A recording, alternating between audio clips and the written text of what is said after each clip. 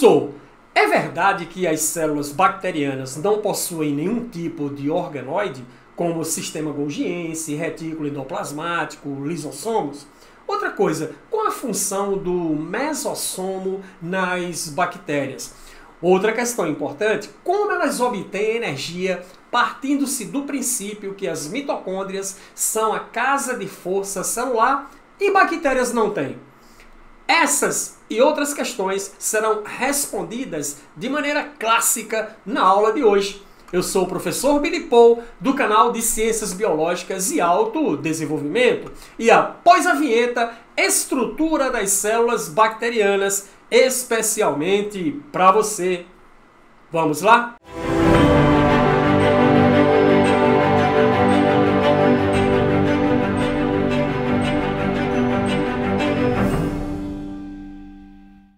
Olá você, bioaluno, tudo bem? Dando continuidade aos nossos estudos de microbiologia a respeito das bactérias, vamos analisar hoje a parte 2 deste conteúdo, onde vamos estudar em detalhes todos os aspectos inerentes à estrutura desse micro-organismo tão fantástico. E aí você pergunta, professor, o que é relevante saber sobre a estrutura das células bacterianas? É exatamente isso que nós vamos observar. Primeira coisa, né? Temos aqui o desenho esquemático de uma bactéria. Vamos ampliar este desenho numa outra tela para que possamos observar o que está relacionado com a estrutura bacteriana.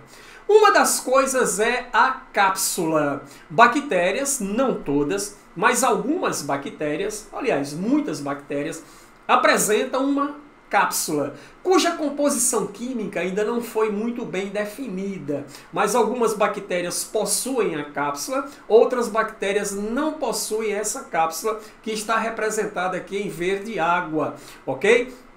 Logo após, aqui em azul, encontramos a parede celular e em seguida a membrana plasmática, com algumas evaginações.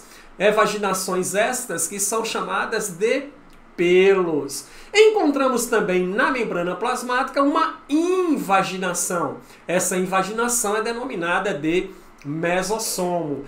Temos também dentro da célula da bactéria um citoplasma cheio de pequenas granulações que representam aquele organoide específico denominado de ribossomo. Disperso no citoplasma da célula, encontramos o material genético, que é na verdade um DNA circular, que está disperso no citoplasma, já que a célula bacteriana é uma célula procariótica, desprovida de membrana nuclear ou carioteca, por isso esse material está disperso.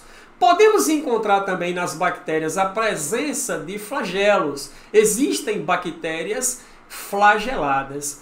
E aqui, essa estrutura em amarelo, que não é bem assim na célula bacteriana original, na verdade é uma molécula de DNA circular denominada de plasmídio. E esse plasmídio é extremamente importante para as bactérias e nós vamos ver por quê? Então essa é a base fundamental que estrutura as células bacterianas.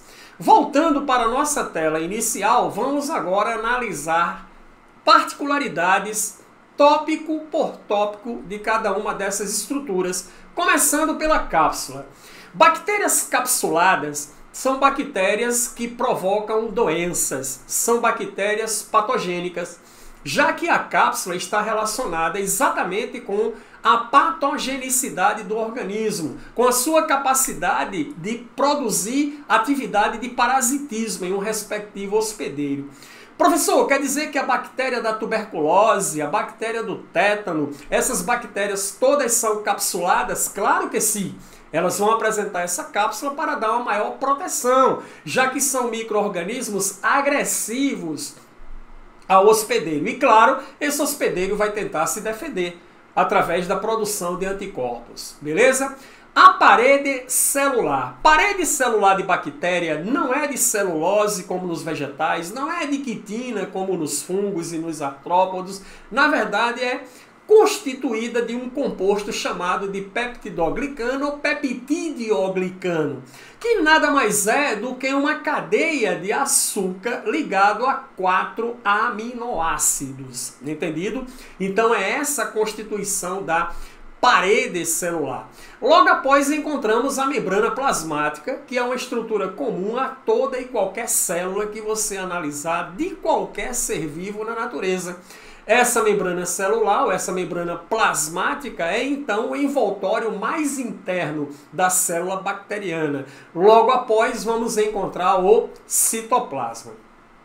Mas antes da gente falar sobre os componentes do citoplasma, é bom lembrar que a membrana plasmática da célula vegetal, da célula bacteriana, contém o mesossomo, que é uma invaginação da membrana plasmática, tá? E durante muito tempo houve uma grande discussão sobre sua função, tá certo? Se você dá uma pesquisada rápida no Google, você vai encontrar se relacionando o mesossomo com a atividade de respiração celular, mas que já foi comprovado que não. Tem outra atividade. Daqui a pouco voltamos a falar sobre o mesossomo. Mas quando você ouvir o termo mesossomo, é uma invaginação da membrana plasmática, cuja função daqui a pouco vamos discutir. O citoplasma, que é o meio intracelular, um citoplasma comum, como que é encontrado em qualquer célula, com o seu hialoplasma ou a sua substância fundamental, onde estão mergulhadas as estruturas do citoplasma. E dentro desse citoplasma eu vou encontrar o ribossomo. O ribossomo é o único organoide presente em células bacterianas. Ela não possui retículo endoplasmático liso nem rugoso, não tem sistema golgiense, não tem lisossomo, não tem peroxissomo, não tem nada disso. Por quê? Todos esses organoides, eles são membranosos, ok? Eles são constituídos de membrana. Tá certo? O lisossomo tem sua membrana lipoproteica, o retículo endoplasmático liso rugoso tem a sua membrana lipoproteica, sistema golgiense também, peroxissomo e todas as estruturas. Mas o ribossomo não é uma organela membranosa. Ela é constituída apenas de DNA ribossômico mais proteínas. E uma estrutura que apresenta só proteína não é essa proteína é considerada uma estrutura membranosa, porque membrana, em biologia, subentende-se uma estrutura que é formada por proteína e lipídeo. E não há, a parte lipídica no ribossomo. Ribossomo que, por sinal, hoje não é mais chamado de organela, é chamado de ribosima, já que o ribossomo, na síntese proteica, realiza uma reação catalítica para unir aminoácidos numa ligação peptídica devido ao seu RNA ribossômico. Esse RNA é um RNA catalítico, ele tem função enzimática, entendido? Mas, para a citologia, a gente fala muito sobre isso. Nos detendo aqui na bactéria, se você vê uma questão qual o único organoide presente em bactérias, você já sabe que trata-se do ribossomo. Por quê? Porque não é um organoide membranoso. Células procarióticas, como é o caso de uma bactéria que é um organismo procarionte, não desenvolve sistemas de endomembranas. E é esse sistema de endomembranas que se constituiu lá nos primórdios do desenvolvimento celular, dando origem às células eucarióticas, que compõem os organismos eucariontes. Aí, essas células, sim, são riquíssimas em diversos tipos de organoides diferentes que executam inúmeras funções. Beleza? E aí você tem um nucleóide, que é um cromossomo circular e sem espona. Aí você olha para mim e diz assim, professor, eu entendi essa coisa do cromossomo circular, mas sem espona não entendi. Olha só, existe uma diferença marcante entre o cromossomo bacteriano e o cromossomo das células eucarióticas. Nas células eucarióticas, quando elas estão em repouso, quando elas estão em intérfase, quando elas não estão realizando divisão celular, o material genético se apresenta numa conformidade chamada de cromatina, que nada mais é do que uma cadeia de DNA desespiralizada. Ok? Quando a célula vai entrar em divisão, primeiro ocorre a espiralização desse material genético, formando estruturas em forma de bastão chamada de cromossomos. Mas, Para que esse DNA se compacte, ele se enrola numas proteínas específicas chamadas de histona. Então o DNA vai se enrolando nas proteínas histonas e aí vai comprimindo para formar os cromossomos. Essas proteínas histonas, ok, não aparecem no nucleóide ou no material genético bacteriano. Então o material genético bacteriano está sempre na forma de cromatina, né? Cadeia de DNA desespiralizada, e nunca na forma de cromossomo. Esse é um detalhe importante, tá? Que tem relação com o aspecto reprodutivo da bactéria, que quando nós estudarmos reprodução falaremos sobre esse mecanismo. A outra coisa é o plasmídio, que é uma molécula de DNA circular responsável pela promoção da resistência das bactérias a antibióticos.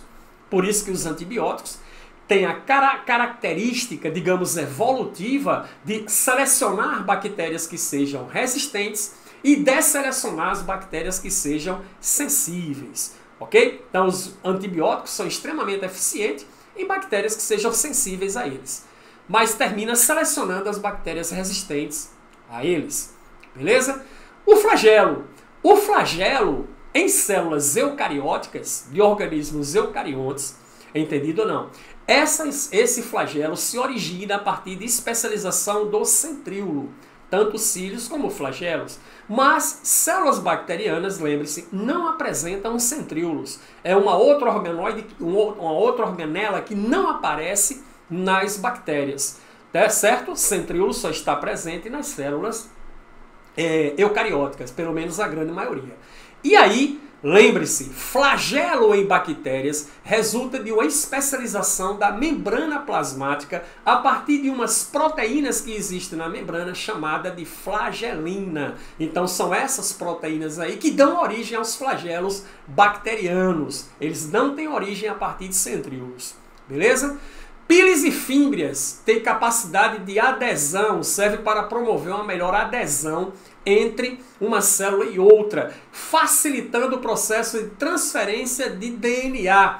Eles denominam isso de mecanismo de parasexualidade que existe nas bactérias, e esses pílis ou fímbrias são muito utilizados na conjugação bacteriana. Falaremos sobre isso na aula de reprodução de bactérias.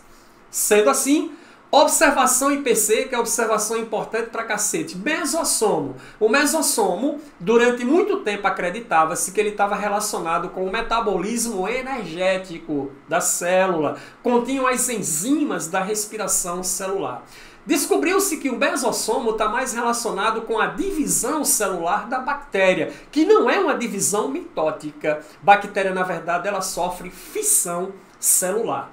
Tá certo? Não é uma mitose. Já vi algumas pessoas comentando que as células bacterianas se dividem na reprodução por mitose. Isso não é verdade. O que acontece é um processo de fissão celular. Mas vamos falar sobre isso quando estudarmos a reprodução bacteriana. Beleza? A membrana celular, ok? Cuja face interna da membrana contém as enzimas do processo respiratório. Mais especificamente, a cadeia respiratória.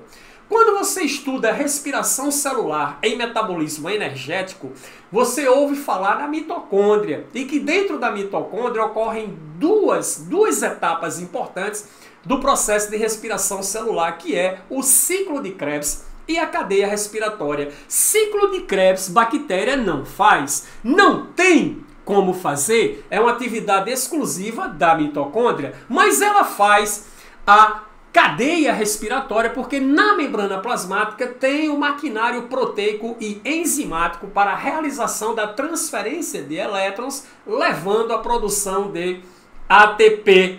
Beleza? Pensava-se anteriormente que isso fosse função do mesossomo. Sabe-se hoje que está relacionado com a membrana celular das bactérias.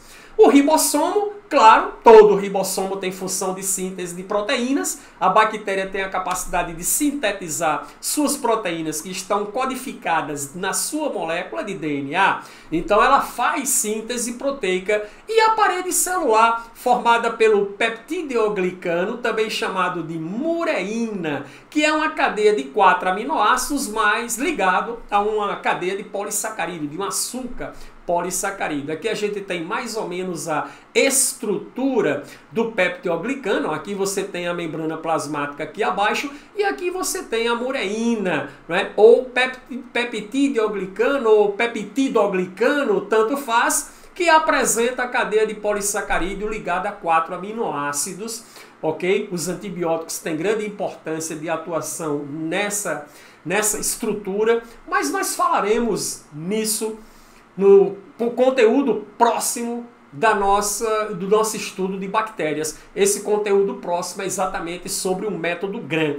Lá na aula de método Gram, né, o que vai definir bactérias Gram positivas e Gram negativas, que você pode assistir logo após essa aula, explicamos em maiores detalhes a questão dessa parede de celular de peptidoglicano. Beleza, pessoal?